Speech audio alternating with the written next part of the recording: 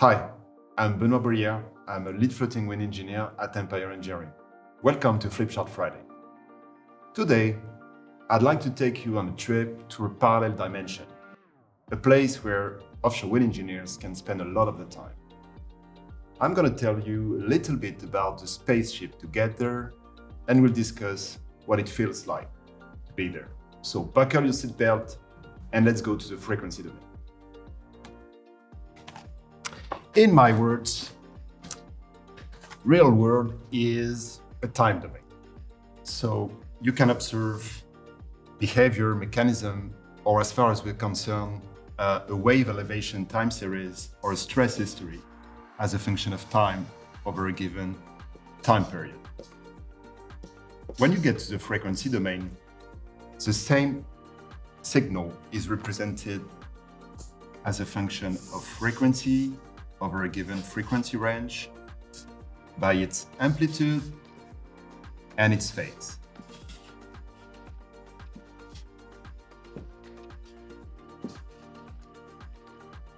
So let's talk about this spaceship.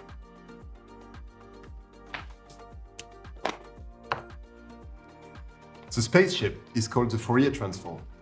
This function allows you to go from the time domain signal to the frequency domain signal.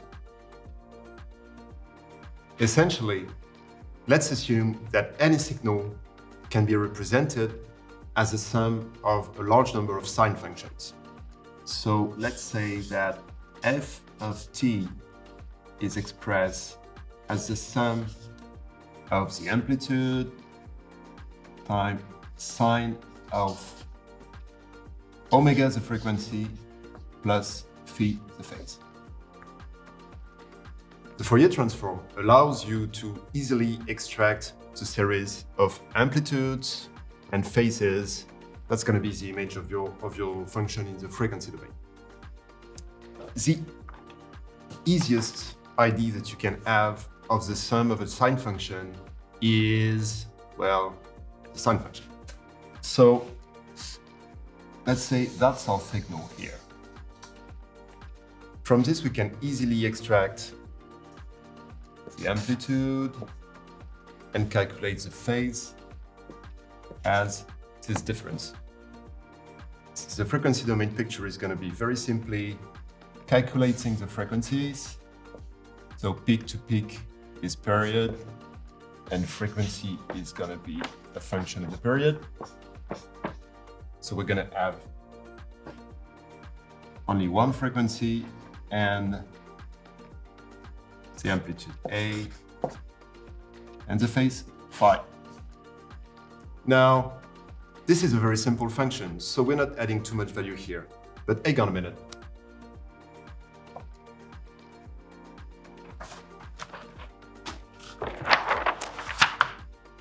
Now, this looks a little bit more like the function and the signals that we deal with in offshore wind. That's a very complex one. Imagine that it's a long time series. There is a lot of noise around, a lot of frequencies involved. It's a bit difficult to draw any conclusion in this. When you go to the frequency domain, and we're only looking at the amplitude here, I think it's much easier to make some good interpretations. In that case, we have two responses with large amplitude at two given frequencies. They dominate all the other responses at the other frequency. In the floating wind context, it would typically mean that we could have one of these frequencies would be the dominant wave loading frequency, while the other one would be the natural frequency of the system. Now that we have calculated the frequency domain function, let me tell you why it feels good to work in this frequency domain. In floating wind, or in general in naval architecture applications, we can calculate the response of a system in the frequency domain. This is called the response amplitude operator, or RAO. Once you have calculated this RAO, and you do it once, you can combine it with any number of wave spectrum to get a clear picture of how your system is going to respond at this specific wave height and period. This is quite powerful because it reduces CPU time, it allows you to run a large number of calculations, and that's generally very quick. So, all pros, no cons? Well, wait a minute. One of the biggest drawbacks of frequency domain calculations in floating wind is the assumption of full linearity. You're supposed to have linear loading as inputs, a linear modeling of the system so that you can calculate the outputs. In floating wind, this never really happens. Examples of nonlinearities are the nonlinear response of a catenary system under extreme conditions, or the nonlinear stiffness of fiber ropes. So, be careful when you're running spectral analysis in floating wind projects.